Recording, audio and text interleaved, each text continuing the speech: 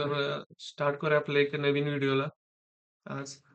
तर आजचा व्हिडिओचा टॉपिक थोडा इम्पोर्टंट पण असणार आहे. रिस्क आणि रिवॉर्ड कशी मॅनेज करायची ह्या गोष्टीबद्दल आपला हा व्हिडिओ असणार आहे. रिस्क रिवॉर्ड वगैरे काय असतं ह्या सगळ्या गोष्टी ह्या व्हिडिओद्वारे तुम्हाला समजवलं जाणार आहे. सो बघूया आपण रिस्क रिवॉर्ड म्हणजे काय असते वगैरे किंवा 90% लोकं फॉरेक्स मार्केटमध्ये वगैरे किंवा इंडियन मार्केटमध्ये का फेल होतात आपण थोडं स्टडी करून घेऊया. तुम्हाला माहीत आहे का फॉरेक्स मार्केटमध्ये किंवा इंडियन मार्केटमध्ये 90% लोकं फेल का होतात?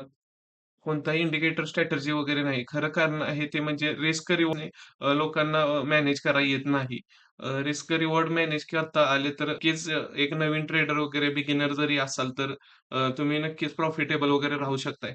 जर रिस्क रिवॉर्डच मॅनेज करता नाही आली तर 90% तुमचा चान्सेस आहे की तुम्ही ट्रेडमध्ये वगैरे लॉस घेऊ शकताय. सो रिस्क रिवॉर्ड मॅनेज करता आली पाहिजे. रिस्क रिवॉर्ड हा कन्सेप्ट काय आहे तो आपण ह्या व्हिडिओमध्ये डिस्कस करूया. तर रिस्क रिवॉर्ड जर बघायला गेलो आपण, रिस्क म्हणजे काय थोडक्यात सांगून घेतो तुम्हाला. रिस्क आणि रिवॉर्डमध्ये डिफरन्स काय?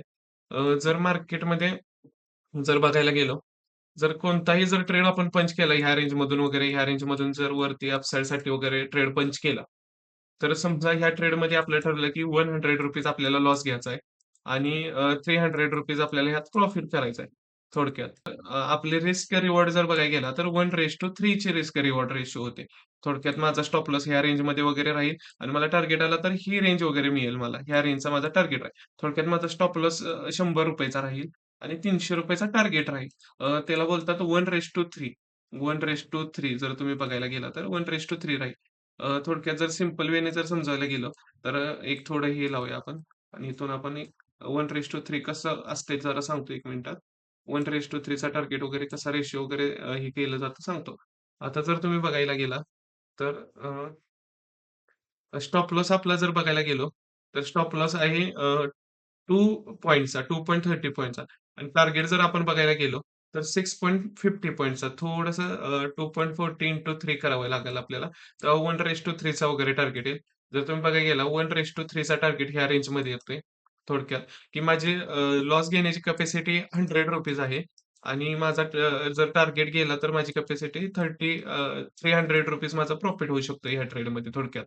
जर माझा लॉस झाला तर ₹100 लॉस होऊ शकतोय आणि टार्गेट आला तर ₹300. याला बोलतात 1:3 1:3 चा टार्गेट रिस्क रिवॉर्ड थोडक्यात. रिस्क आपली राहील 1% ची आणि टार्गेट राहील 3% चा. थोडं इझी वेनं सांगितलेलं आहे तुम्हाला. रिस्क रिवॉर्ड वगैरे कशाला बोलतात. जर तुम्ही कोणताही ट्रेड जर प्लॅन करत असाल आणि आधीच तुम्हाला माहीत असेल रिस्क किती रुपयाची घ्यायची आहे वगैरे, तर ईझी राहतं ट्रेड वगैरे पंच करण्यासाठी, टार्गेट वगैरे लावण्यासाठी. जर तुम्ही विथआऊट पंच करत असाल, तुम्हाला माहीत नसेल, की आपण किती रिस्क घ्यायची आहे किंवा काय करायचं आहे. तुम्हाला जर कोणती गोष्ट माहीत नसेल आणि डायरेक्ट तुम्ही जर ट्रेडमध्ये एंटर करत असाल, तर डोळे झाकून गाडी चालवण्यासारखे होते ते. अ, कुठे पण एंट्री करायची नाही. आपल्याला पूर्णपणे प्लॅन्स वगैरे बनवून किती रिस्क होते वगैरे मॅनेज करून जर रिस्क मॅनेज होत असेल तरच ट्रेड पंच करायचा, की समजा ह्या रेंजवरून ब्रेकआउट येणार आहे, इथून एंट्री घेतली, इथला स्टॉप लॉस होतोय. तर समजा हा स्टॉप लॉस जर जास्त होत असेल किंवा ह्याचा टार्गेट 1:1 चा मिळत असेल. 1:1 म्हणजे काय, की रिस्क पण आपली $10 ची आहे आणि प्रॉफिट पण आपला $10 आहे. तर ते ट्रेड तुम्ही अव्हॉइड केले तरी पण चालतील. जे नवीन बिगिनर ट्रेडर्स वगैरे आहात, तुमच्यासाठी हे इम्पोर्टंट गोष्ट आहे. जर तुम्हाला 1:1 चा टार्गेट मिळत असेल, म्हणजे जर तुमचं $100 कॅपिटल आहे आणि तुम्ही जर 1% त्याच्यावर रिस्क घेताय. थोडक्यात $1 ची रिस्क घेताय आणि तुम्हाला $1 चा टार्गेट मिळतोय. तुम्ही पूर्णपणे हा कन्सेप्ट अव्हॉइड करा. हे जे ट्रेड्स मिळतात ते अव्हॉइड करा. ॲट लीस्ट 1:2 1:3 चे वगैरे टार्गेट तुम्ही हुडकू शकताय मार्केटमध्ये. ॲट लीस्ट ह्या रेंजचे तर टार्गेट तुम्ही जर होत असतील 1:2 चे वगैरे टार्गेट मिळत असतील तर ट्रेड पंच करा. नाहीतर पूर्णपणे ट्रेडिंग अव्हॉइड करा. ते ट्रेड्स अव्हॉइड करा. कारण का $1 ची रिस्क घेऊन जर तुम्ही $1 प्रॉफिट काढत असाल, तर रिस्क रिवॉर्ड घेण्यासारखे नाही. कमी कॅपिटलमध्ये ॲट लीस्ट $1000 कॅपिटलचे ज्यांचे पण खाली कॅपिटल आहेत, 1:1 चे टार्गेट अव्हॉइड करा पूर्णपणे स्कॅल्पिंगसाठी वगैरे. काही सुद्धा गरज नाही तसले ट्रेड वगैरे पंच करण्यासाठी. जसं तुम्ही बघू शकताय मगाशी आपण एक ट्रेड घेतला होता लाईव्ह सेशनमध्ये. आपली जर रिस्क तुम्ही जर चेक करायला गेला, तर रिस्क होती आपली 2.67 267 पिपची आणि आपला टार्गेट होता 11.68 पॉइंट्सचा म्हणजे 110 पिपचा आपला टार्गेट होता. थोडक्यात 1:3, 1:4 चा टार्गेट होता. तो आपण अचीव्ह केला होता. थोडक्यात रिस्क रिवॉर्ड अशी मॅनेज करून आपण सगळे ट्रेड पंच करायचे आहेत. अ, थोडक्यात तुम्हाला पिपचा कन्सेप्ट वगैरे मी समजावून सांगतो. मार्केट आता 46-16 लेव्हलवर आहे. जेव्हा मार्केट 46-16 वरून मार्केट जेव्हा 46-17 वर जातं, तेव्हा मार्केटमध्ये 1 पॉइंटची मूव्हमेंट होते. जी 1 पॉइंटची मूव्हमेंट झालेली आहे. 1 पॉइंटच्या मूव्हमेंटला 10 पिप्स बोलतात थोडक्यात.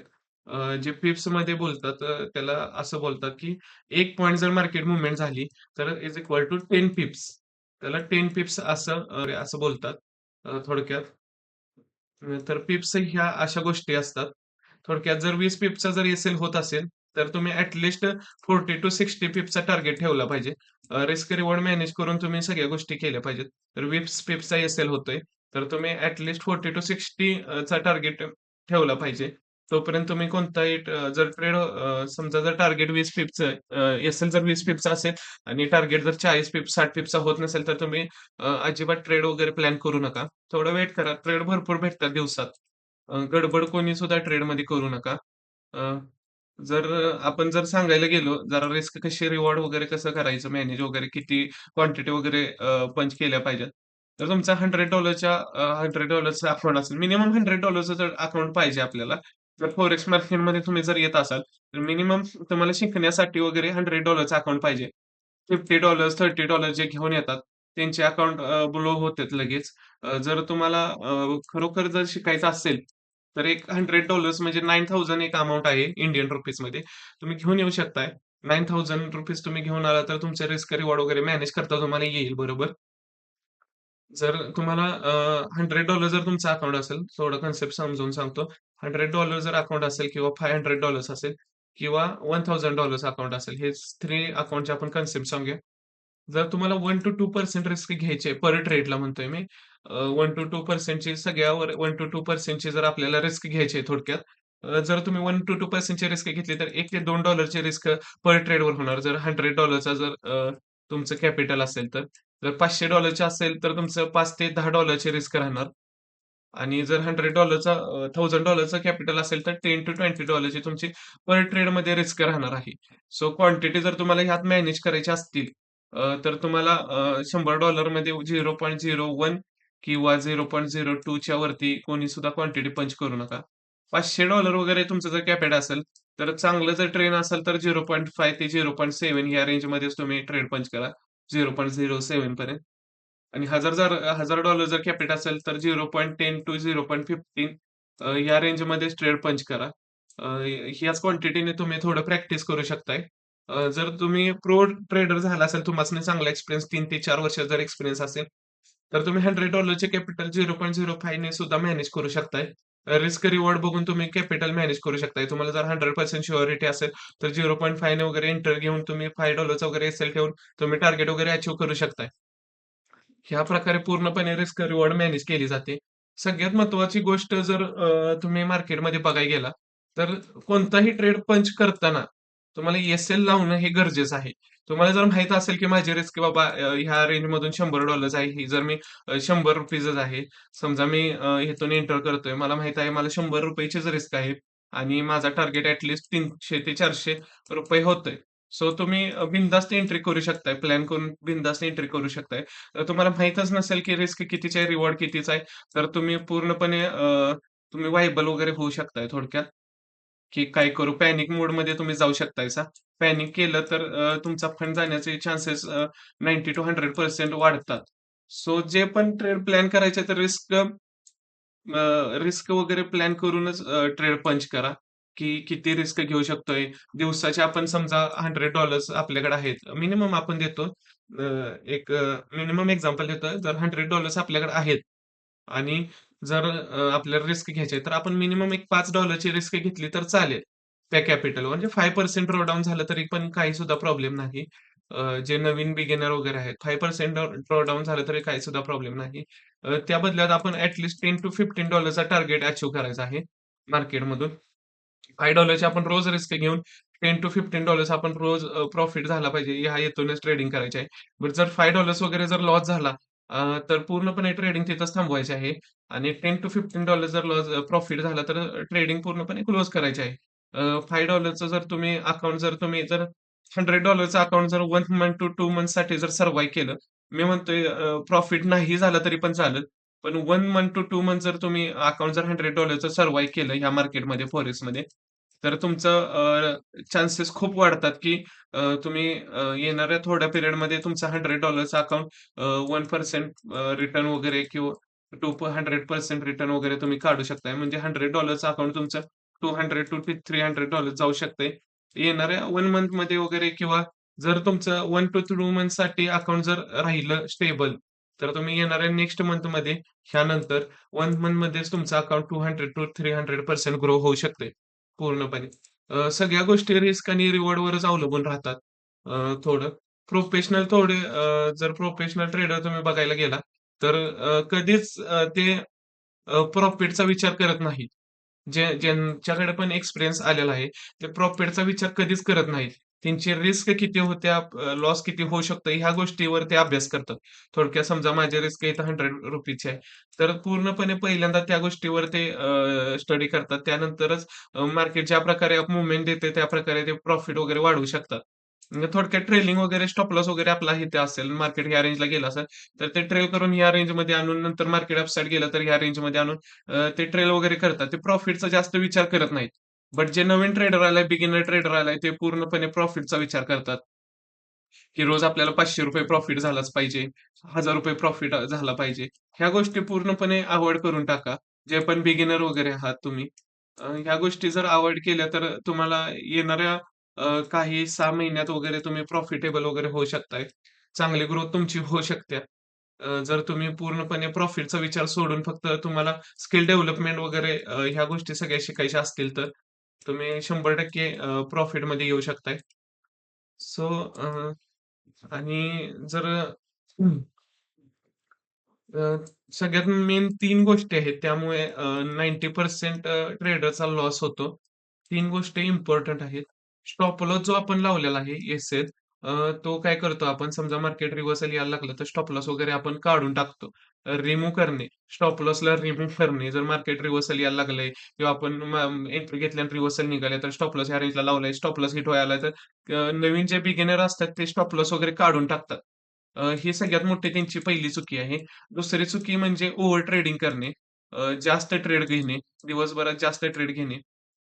समजा आपल्याला फक्त 2 ते 3 ट्रेड पकडायचे आहेत दिवसाला. क्वालिटी ट्रेड जर पकडले तुम्ही मोठ्या टाईम फ्रेमवर तरी इनफ होतंय. जे बिगिनर्स आहेत ते पूर्णपणे ओव्हर ट्रेडिंग करतात. ओव्हर ट्रेडिंग केल्यामुळे त्यांचे अकाउंट वगैरे ब्लो होतात. आणि तिसरा जो मेन कारण आहे तो आहे ग्रीड. ग्रीड म्हणजे थोडक्यात सांगतो, जर आपला टार्गेट ह्या रेंजमध्ये आहे, तर आपण टार्गेटला इथून ट्रेल करतो अप साइडला, की अजून थोडं येईल. $90 चालले, $100 येतील, $200 येतील.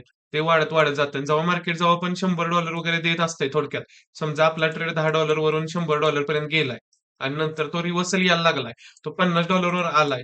तर भरपूर नवीन ट्रेडर आहेत ते $50 वगैरे बुक करत नाहीत. त्याला 0वर नाहीतर डाउन साइडमध्ये लॉसमध्ये वगैरे एस-एल देऊनच काढतात. कारण का ग्रीड वाढलेली असते. कायम एक लक्षात ठेवा, जर आपला टार्गेट हिट झाला तर 50% वगैरे क्वांटिटी बुक करा तुम्ही. जोपर्यंत नवीन तुम्ही ट्रेडर आहे तोपर्यंत. 50 वगैरे पर्सेंट क्वांटिटी बुक करायची आणि एस-एल आपल्या सी आणून ठेवायचा. नंतर जर ट्रेड पळाला तर तोच एस-एल आपण वर घेऊन वगैरे या रेंजमध्ये आणून ट्रेडला जाऊन द्यायचं. जर टार्गेटला पोहोचलेला आहे तर ॲट 50% तर क्वांटिटी बुक करा. जर नवीन असाल तर पूर्णपणे 100% 90% क्वांटिटी बुक केल्या तरी पण चालतील. जेवढा वेळ तुम्ही प्रॉफिटमध्ये राहशीला, जेवढा पण दिवस तुम्ही प्रॉफिटमध्ये रोज येऊन तुम्ही $5 मग काढा. जर तुम्ही $5-5 जरी काढत असाल, भले मोठा प्रॉफिट राहू दे $50, $100, $5, $10 जर तुम्ही प्रॉफिट बनवत असाल, तर जेवढे दिवस तुम्ही चांगला प्रॉफिटमध्ये राहशीला, तेवढं तुमचं माइंडसेट वगैरे क्लिअर राहील आणि टार्गेट वगैरे तुमचे चांगले अचीव्ह होणार आहेत. फ्रेश माइंडने कायम तुम्ही प्रॉफिटमध्येच क्लोजिंग करणार आहे. जर तुमचा लॉस होत जर गेला लॉसला जर तुम्ही थांबला नाही, जर लॉस तुमचं होत गेलं, रोज लॉस होतोय, रोज लॉस होतोय. तर तुम्ही लॉसला जर थांबला नाही, तर तुम्ही अकाउंट ब्लो करणार. पण जर तुम्ही $5-5 ग्रीड न घेता $5-5 $10-10 कमी कॅपिटलवर जर बनवत गेला, तर एक टाईम असा येईल की तुम्हाला असे ट्रेड पण भेटतील की ते $50, $100, $200 हे इझिली कॅप्चर होतात. फॉरेक्स मार्केट हे खूप मोठं आहे. सो इझिली 50, 100, $200 चे टार्गेट इझिली अचीव्ह होतात. सो त्यासाठी तुमचं कॅपिटल हे राहणं गरजेचं आहे. कॅपिटल जर तुम्हाला रिस्क रिवॉर्ड हा कन्सेप्ट जर कळाला असेल, किती रिस्क घ्यायची, कशी घ्यायची, काय करायची, तर व्हिडिओला लाईक करून चॅनलला सबस्क्राईब करून घ्या प्लीज. न्यू चॅनल आहे आपला. थोडं इझी वेनं सगळ्या गोष्टी आपण समजवतो मराठीमध्ये. थोडं इझी वेनं सगळ्या गोष्टी समजवतो. रिस्क रिवॉर्ड वगैरे हा कन्सेप्ट सगळ्यात महत्त्वाचा आहे. तो तुम्ही शिकून घ्या. कायम एक लक्षात ठेवा, जेव्हा पण आपण ट्रेड पंच करणार आहे, आपल्याला माहीत हवं पाहिजे, की किती रिस्क घ्यायची आहे. असं नाही की तुम्ही ट्रेड पंच केलाय $100 तुमच्या अकाउंटला तुम्ही ट्रेड पंच केलाय आणि तुम्ही 100च्या $100 रिस्क घेऊन ट्रेड पंच करताय. काही सुद्धा उपयोग नाही. असं जर कोणी करणार असेल तर बंद करा पूर्णपणे त्या गोष्टी. तुम्हाला हा व्हिडिओ जर आवडला असेल तर लाईक करून चॅनलला सबस्क्राईब करा. कमेंट सेक्शनमध्ये जर तुम्हाला व्हिडिओ वगैरे आवडला असेल तर कमेंट पण करू शकताय तुम्ही. एक ईझी वेने तुम्हाला मी सांगण्याचा प्रयत्न केलेला आहे. तर दर वीकमध्ये आपला एक नवीन व्हिडिओ अपलोड होणार आहे. 1 ते 2 व्हिडिओज.